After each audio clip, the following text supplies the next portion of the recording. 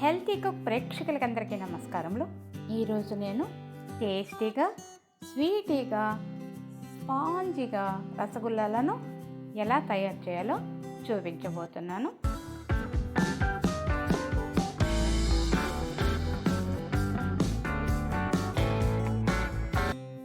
ఇది 1/2 లీటర్ పాలండి. ఇది వేసవి కాలం వచ్చేస్తేనే మనకేమైపోతుంది, పాలు అప్పుడప్పుడు విరిగిపోతుంది. ఆ విధంగా ఈరోజు నేను చాలా రోజులుగా ఈ రసగుల్లాలను తయారు చేయాలనుకుంటున్నాను. ఇంతలోగా నాకు వెతకబోయిన తీగ కాలికి తగిలిన విధంగా ఈరోజు నాకు పాలు బాగా హెల్ప్ చేసిందండి. ఈ పాలను విచ్చేసుకున్న పాలను ఏం చేసుకున్నామంటే ఒక బట్ట తీసుకొని బాగా వాటర్ లేకుండా బాగా టైట్గా ఒత్తేసుకున్నాము.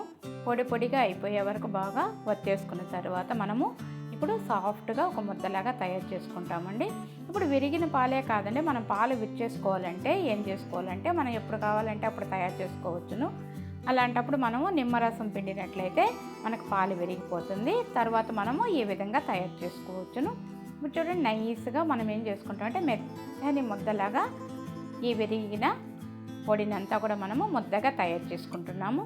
ఈ విధంగా మొత్తం కూడా తయారు చేసుకుని ఇంతే కదండి, ఎక్కువ కావాలంటే కూడా మనము చేసుకోవచ్చును.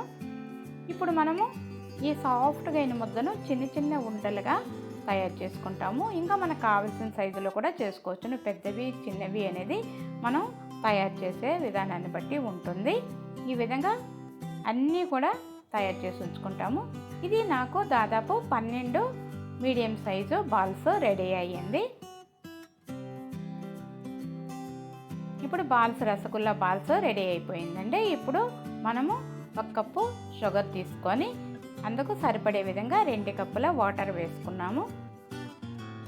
ఇంకా మనం జీరాకు 3 కప్పుల వాటర్ కూడా వేసుకోవచ్చునండి. ఇది మీడియంగా ఉంటుంది. 2 కప్పులు అయితే, ఇంకా 3 కప్పులు అయితే కొద్దిగా షుగర్ తక్కువ అనిపిస్తుంది.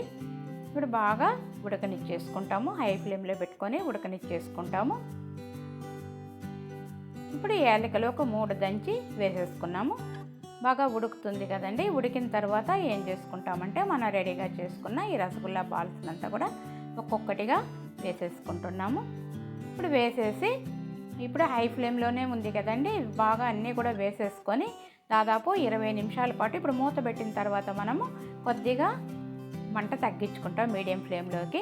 ఈ విధంగా 20 నిమిషాలు ఉడికిన తర్వాత మనము చూసినట్లయితే ఒక టెస్టింగ్ అండి. ఇది చూస్తే వాటర్లో ఏమైపోతుందంటే మునిగిపోతుంది.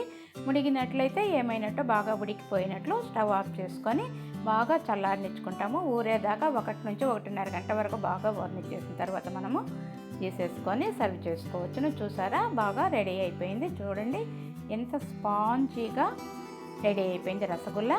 మరి ట్రై చేయండి, సబ్స్క్రైబ్ చేయండి, లైక్ చేయండి, కామెంట్ చేయండి, షేర్ చేయండి.